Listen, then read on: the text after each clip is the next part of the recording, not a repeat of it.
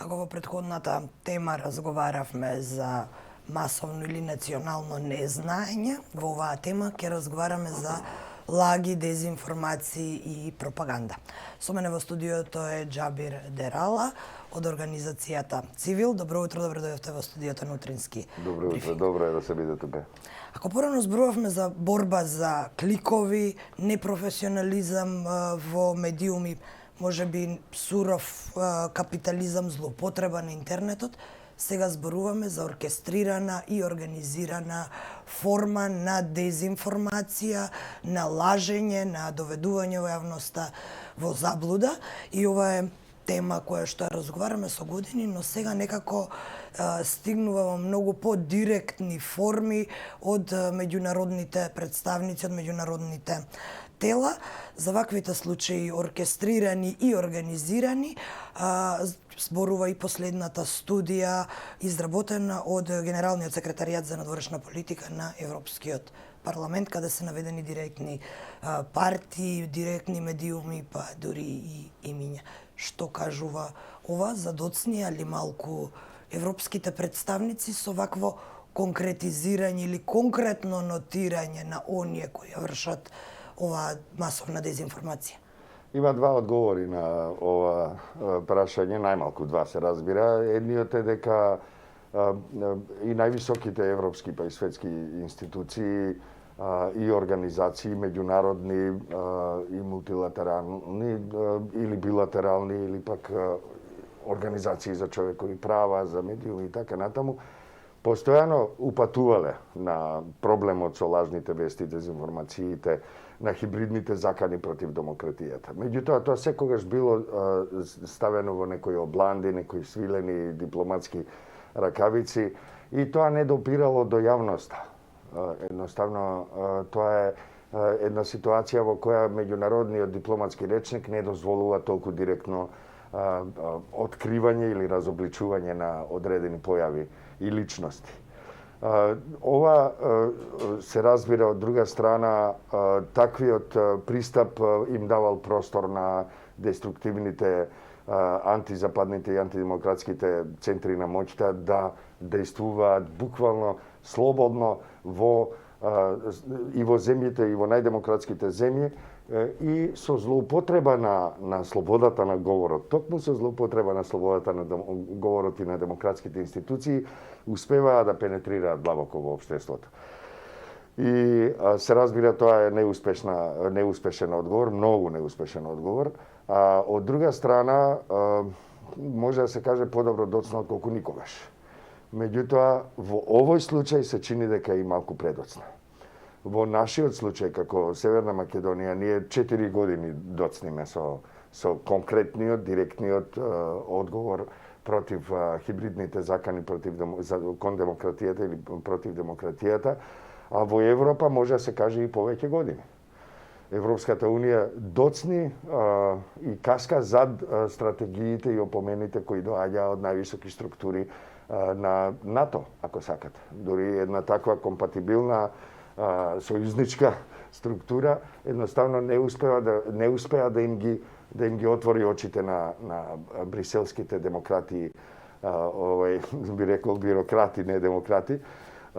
И тоа конечно е еден извештај, една студија која ја објавува, прво ја нарачува, ја изработува една многу висока институција на Европската Унија и ја објавува Европскиот парламент. Ова е јасна порака која не им служи на чест и која сега се разбира дека ќе биде расчеречена и нападната на локално ниво, меѓутоа во меѓународна констелација овие структури кои се спомнати во овој извештај навистина не стојат веќе добро. Најблаго кажано.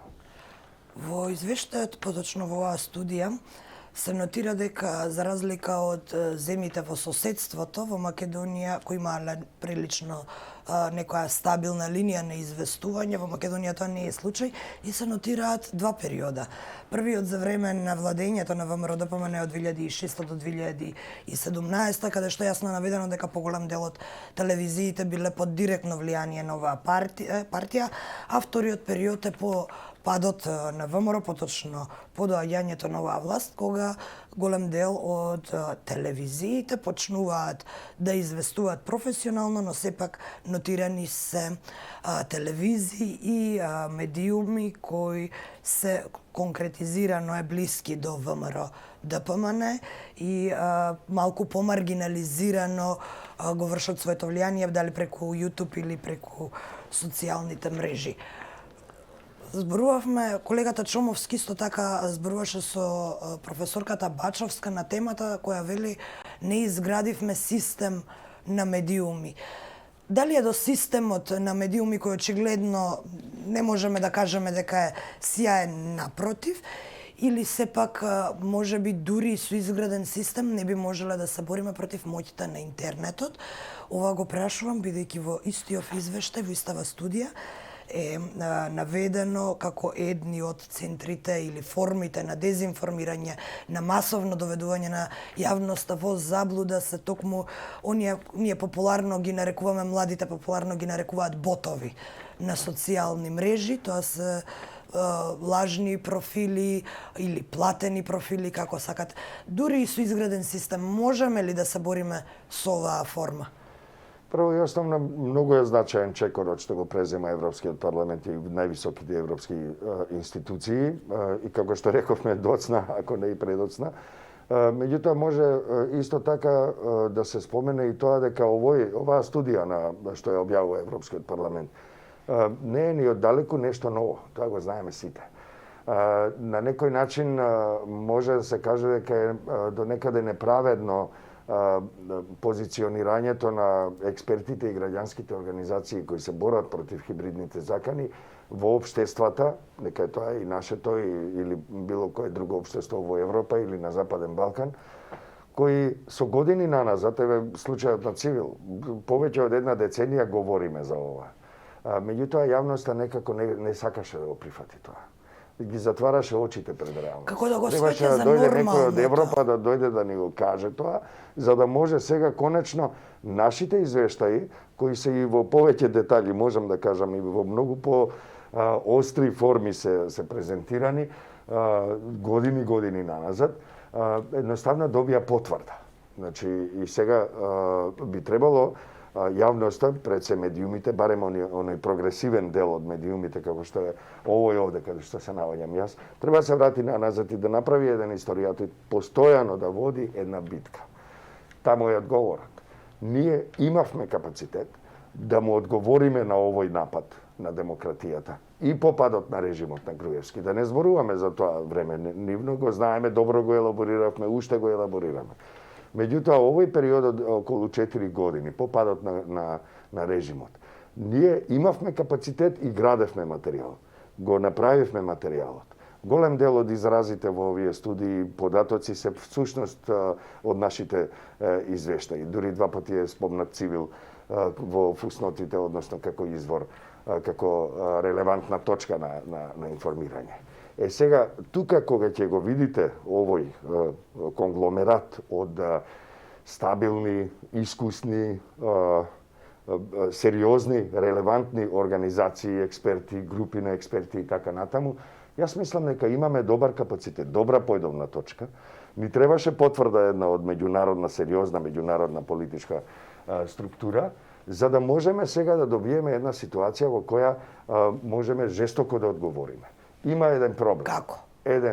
Има едноставно, ако јавноста ги отвори очите после оваа студија и после овој чекор што го направи една висока европска институција, конечно реши да отвори очи и да прогледа и да види дека има една сосема поинаква. Сепак со едно големо ако. Се разбира дека секогаш има едно големо ако. Ако не тргневте вие на пат околу светот, се уште ќе беше во право еден таму што вика дека земјата е рамна. Секогаш има едно големо ако. Значи треба да се тргне. Ако не тргнете, не можете да видите дека Го земјата велам е затоа округла. што во државава, еве и самите велите, на големо се зборуваше за лажните вести и за дезинформации.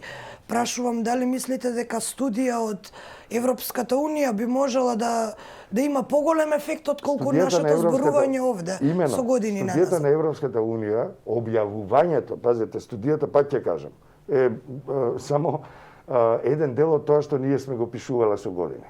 И авторите внатре пишувале и многу повеќе и многу подетално од ова што е објавено, прифатено и објавено. Самиот акт на објавување е јасен сигнал. Јасен сигнал е пред се, не само до општествата. До општествата, тука се медиумите, тука се граѓанските организации, тоа да го дистрибуираат како материјал, како порака. Меѓутоа, јасен сигнал е до институциите. Знаете, вие кога ќе отидете во Брисел после да преговарате за членство во Европска унија, ќе ве прашаат што направивте во врска со ова. И тогаш оние што не преземале мерки да го спроведат законот, тие закони постојат, да го спроведат законот преку институциите на државата, на системот, тогаш ќе бидат во многу непријатна ситуација, најблаго кажано. Тоа што ние имаме една голема пречка е тоа дека ние кога елаборираме, кога говориме, кога пишуваме, кога објаснуваме и емитуваме во вашиот случај, ние се служиме со аргументи, мораме да се придржуваме до стандарди, до закони, до професионални, до етички принципи. Од другата страна имате една сосема поинаква, обратно од сето тоа што го наброја. Иако е побројна, дали можете да се борите против тоа е прашањето? Како? Ако е побројна таа страна, како не е побројна. Дали е рамноправна борба? Само успешно, и мојата претходна соговорничка исто зборуваше дека си патиме од колективно или од масовно незнаење, со кое што и ќе се согласам. Не е побројна, се работи за успешно, софистицирано, добро платено користење, односно злоупотреба на технологијата и на слободата на изразувањето и демократските институции, кои се заспани, затворени во своите бирократски гнезда и не реагираат навреме, во случајов со години имате доцнење, на подземните и надвор од законот и надвор од етичките стандарди дејствување. И сега имате ситуација во која, вие видите, имате ситуација во која саморегулаторни тела, да не ги спомнувам по име и по назив, саморегулаторни тела знаат за да постигнат некаков баланс, тоа е лажен баланс, да се разбереме, дефинирано и во теоријата лажниот баланс, за да постигнат баланс и едната и другата страна, имаат право евреите, ама има право и малку Хитлер, 5 минути ним, 5 минути нему. Имате ситуација во која тие ги затвараат очите или за да постигнат баланс им даваат простори на другите. Знаете. Што зборуваме за тоа? Зборуваме во овој случај, зборуваме за тоа дека вие на исто рамниште, со истата релевантност, третирате некој што подземно, криминално работи против интересите на вашата држава. Да, но таму зборуваме за професионализам на медиуми, а во овој извештај нотира организирана форма на лажење, ќе го кажам народски. Тоа е значи злоупотреба на медиумската сфера и се разбира социјалните медиуми, добро, тие се исто медиумски, меѓутоа и граѓанските организации, кои можеби не се спомнати во оваа студија, меѓутоа ќе биде изработена и таква, едно пенетрирање во општеството во кое вие, знаете, таа кампања нема за цел да ве убеди вас нешто. Таа кампања има цел да направи врева. Таа кампања има за цел да поларизира односи во државата, во општеството. За да ве обесхрабри вас, утре да излезете на гласање. И успешно. Во голем дел успешно. Не делумно, во голем дел. Да, и референдумот и внетрешните проблеми кои беа предизвикани, поларизацијата која ја споменавте. Во оваа студија Споменати се и парите во медиумите кои пристигнуваат од Унгарија, од Орбан, неговата блискост со бегалецот Никола Груевски, контроверзното добивање на азил, но еве тоа се прашања можеби и од минатото, прашањата кои се однесуваат на сегашноста и на иднината, а се дел од оваа студија, е тоа што е нотирано името на актуелниот лидер на најголемата опозицијска партија во оваа држава, односно неговиот акаунт на социјалните мрежи како извор на социјални мрежи. Прашањето ми е дали како можеме сега да ја сметаме опозицијата за релевантна, ако нејзиниот лидер е нотиран со име и презиме во еден ваков документ излезен од Европската Унија како име кое се поврзува директно и конкретно со лажни вести и со ширење дезинформации. Знаете што... И тоа со конкретна цел, наведена е и целта во оваа Во ова одлично и слоевито прашање се состои од говорот. И токму за тоа и говориме цело време. Ние се во ова го знаевме, вие го знаевте тоа. И јас го знаев. Меѓутоа, дојде Абер од Европа, која го означи, го покажа човекот, што и вие, и јас, и многумина професионалци во оваа земја со години наназад го посочуваат истото лице за штетно дејствување, деструктивно дејствување, за црна пропаганда и за дезинформацијски кампањи. Ние го посочувавме. Имаме стотици и стотици студии во земјава, меѓу кои и јас сум автор на еден од тие делови. Авторки и автори се едни за други луѓе. Едноставно, требаше да дојде некој да го посочи тоа на официјално високо ниво. Сега една и сега има уште едно прашање на ова. На ова прашање му се додава и кредибилитетот на медиумите кои постојано го ставаат на исто рамниште тоа лице кое е посочено како извор на дезинформации на Западен Балкан. Еден многу сериозен квалификатив од кој јас мислам дека нема излегување. Од ова после ова треба човек само да се повлече, а и таа партија сериозно да ги смени сите кои исто така работеле заедно со својот шеф на истите теми, со истите материјали, со истите постави. Во овие неколку... Извинете, само уште ова, а повикани се институциите. Извинете, ама тука веќе навистина ѓаволот ја однесе шегата. Вие имате наводи во студија која ја објавува Европскиот парламент во која се работи за подземно плаќање на медиуми, криминално плаќање на медиуми.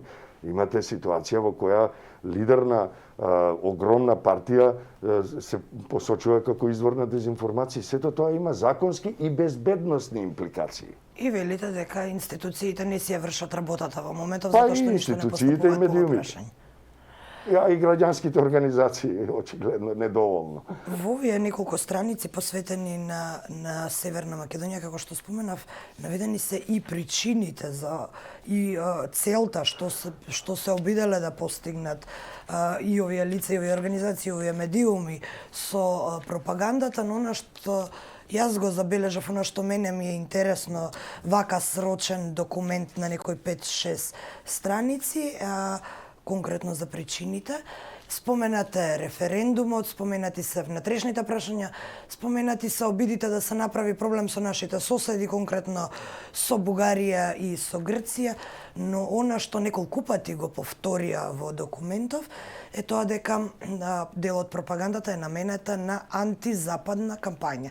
По моето прашање што се наметнува, бидејќи зборувавме во претходните 15 минути колку се доцни со едно вакво конкретизирање, е дали ќе имаше ваква реакција, вакво конкретизирање од страна на Европската Унија, доколку беше изоставен од пропагандата оној антизападен елемент.